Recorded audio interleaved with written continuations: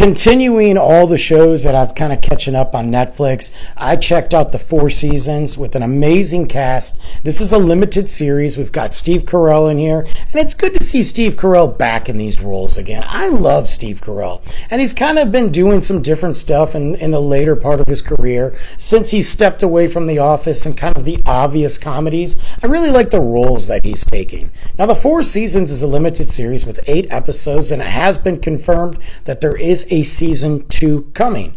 Now, some of you are familiar with this, some of you are not, but in 1981, there is a movie called The 4 Seasons, and that is what this series is based off of. It's the same concept, different timepiece, same characters' names for the most part, but it is out there if you want to check it out. Now, The 4 Seasons is about friends, marriage, trials and tribulations you have as you get older, and coming face to face with some truths that maybe you were not ready to face. What happens after 25 years when you just want a divorce? You're not feeling it anymore.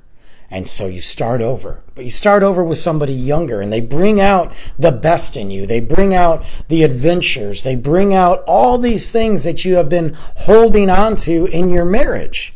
You raised a family, you've been there for 25 years, and now you're at ground zero.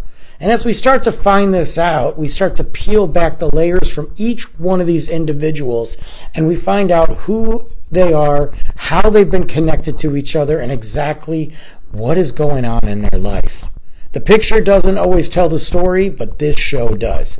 I liked it. I thought it was good. I never saw the original, to be honest with you, but I was familiar with it. I may go back and watch the original movie just to kind of see what they did, but I was surprised to find out that after the 8 episodes, they're going to do a second season.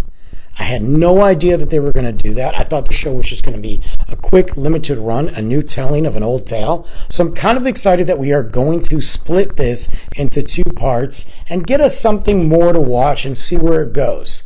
That's why I want to go back and watch the original and see if it compares to this one.